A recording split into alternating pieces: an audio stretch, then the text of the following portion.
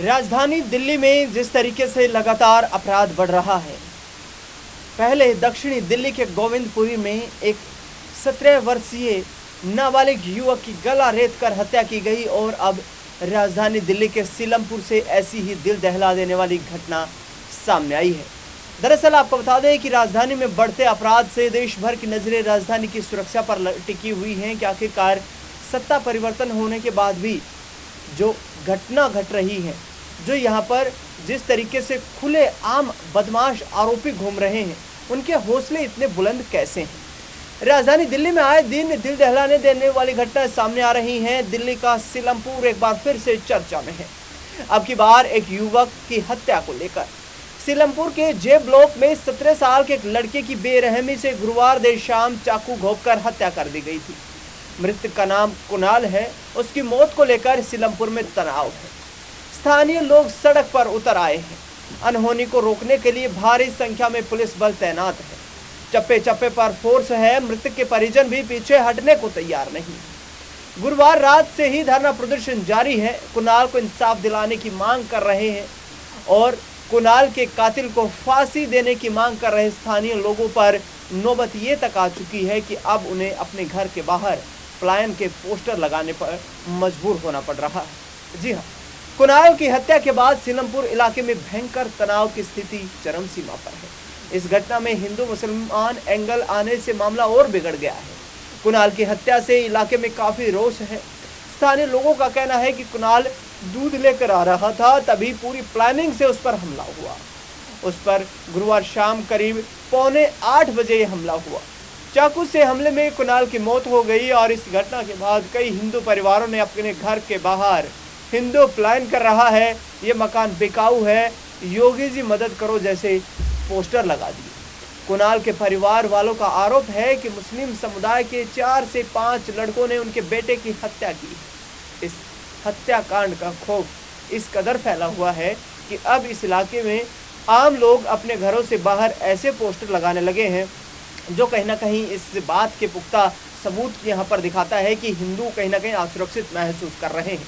सीलमपुर की दीवारों पर पोस्टर चिपक चुके हैं। रविदास गली की दीवारों पर किसी ने पोस्टर पर लिखा कि दिल्ली में सीएम रेखा गुप्ता जी हमारी मदद करें, तो किसी ने लिखा कि हमें योगी मॉडल चाहिए, यानी कि बुलडोजर एक्शन।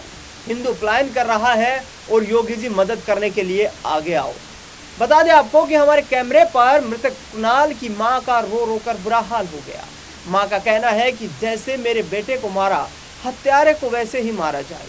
उन्होंने कहा कि रेखा गुप्ता भी एक मां है, वो आए, एक मां का दर्द एक मां ही समझ सकती है। पीएम मोदी और योगी पर भरोसा है, वही अब हमारी मदद करेंगे जब तक इंसाफ नहीं मिलेगा। कुणाल की मां ने कहा कि मैं कुछ नहीं खाऊंगी, कुछ नहीं पीऊंगी और यहीं धरने पर बैठी रहूंगी। दरअसल बता दें आपको कि कुणाल हत्याकांड में इस मामले में एक लड़की का नाम भी सामने आ रहा है। उस लड़की का नाम जिक्रा बताया जा रहा है। मृतक की मां का कहना है कि जिक्रा ने एक दिन पहले ही कुणाल को जान से मरवाने की धमकी दी थी। सूत्रों के मुताबिक जिक्रा का जिस युवती का जिक्र किया जा रहा है, उसी देर रात पुलिस ने उससे पूछताछ भी की। अभी तक उसकी भूमिका सामने नहीं आई है। हालांकि पुलिस अभी कई एंगल्स पर जांच कर रही है। एक साहिल नामक युवक का भी नाम लिया गया है, उसकी भी पड़ताल की जा रही है। जिक्रा के घर के बाहर पुलिस तैनात है और उसे घर से बाहर नहीं निकलने दिया जा रहा है। जिस घर के बाहर पुलिस तैनात है, उसी घर के दूसरे फ्लोर पर जिक्रा अपने परिवार के साथ रहती है। कुणाल हत्याकांड की घटना को लेकर इलाके के लोगों में रोष के साथ ही तनाव भी है। क्षेत्र के लोगों का कहना है कि इस इलाके में कई हत्याएं हो चुकी हैं। स्थानीय लोगों ने बताया कि इस इलाके में 10 साल में इस तरीके का यह छठा मर्डर है। एक शख्स ने हमें बताया कि 2012 से मर्डर होने शुरू हुए, ये छठा मर्डर है। हमारे समाज का, हम हिंदू हैं, प्रताड़ना को झेल रहे हैं। इनका मेन टारगेट यही है कि हम लोग घर छोड़कर चले जाएं। मैंने अपना घर बेच दिया है। जो रह गए हैं वो टारगेट बन जाते हैं। सीलमपुर में हिंदू सुरक्षित नहीं है।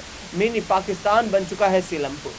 स्थानीय लोगों ने गुहार लगाई कि उन्हें सीलमपुर में योगी मॉडल चाहिए, जिससे कि अपराधियों के घर पर बुलडोजर चलाया जाए, जिससे उनके अपराध करने से पहले ही हौसले पस्त हो जाए।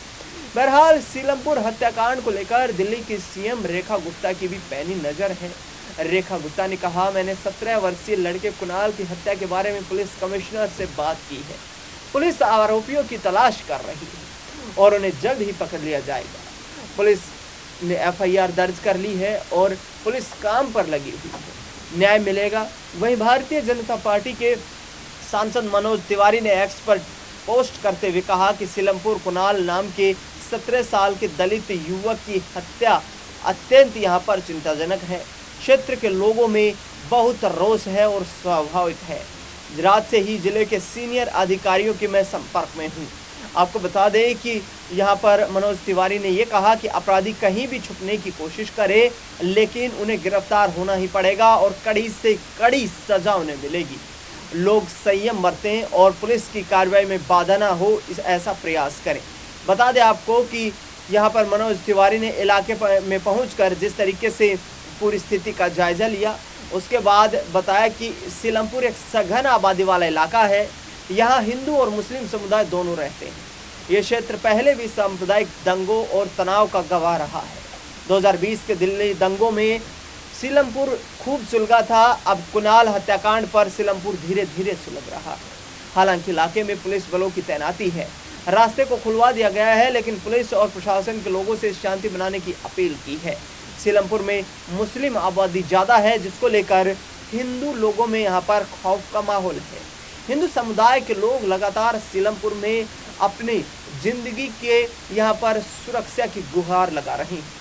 उनका लगातार कहना है कि जिस तरीके से लगातार सीलमपुर में जो घटनाएं घट रही हैं, ये घटनाएं ऐसे ही घटती रही तो एक दिन सीलमपुर से हिंदू खत्म हो जाएंगे। बता दें आपको कि ये धार्मिक सांप्रदायिकता वाला ऐसा छठा मामला है इस सीलमपुर में, जो कि कहीं ना कहीं आम लोगों में भी दहशत का माहौल बना देता है, दहशत की परिस्थिति को पनपा देता है।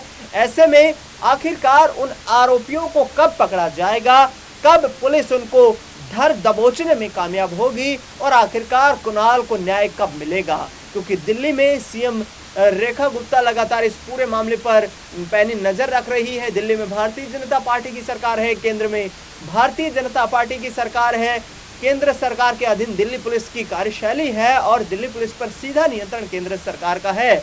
ऐसे में गृह मंत्री अमित शाह से भी ये उम्मीदें बढ़ जाती हैं कि अब राजधानी दिल्ली में बढ़ते अपराध को रोकने के लिए दिल्ली पुलिस को इस तरीके का एक जो है रोड मैप दिखाया जाए, जिससे कि राजधानी के लोग अपने आप को सुरक्षित महसूस कर सके। कुणाल की हत्या के बाद उसके इंसाफ का सभी को इंतजार है, लेकिन देखना दिलचस्प होगा कि कितनी जल्द आरोपी यहां पर चंगुल में फंसते हुए नजर आते हैं। फिलहाल इस खास कार्यक्रम में इतना ही। देश दुनिया से जुड़ी तमाम बड़ी खबरों के लिए देखते रहिए नेक्स्ट 9 पॉलिटिकल बाइट।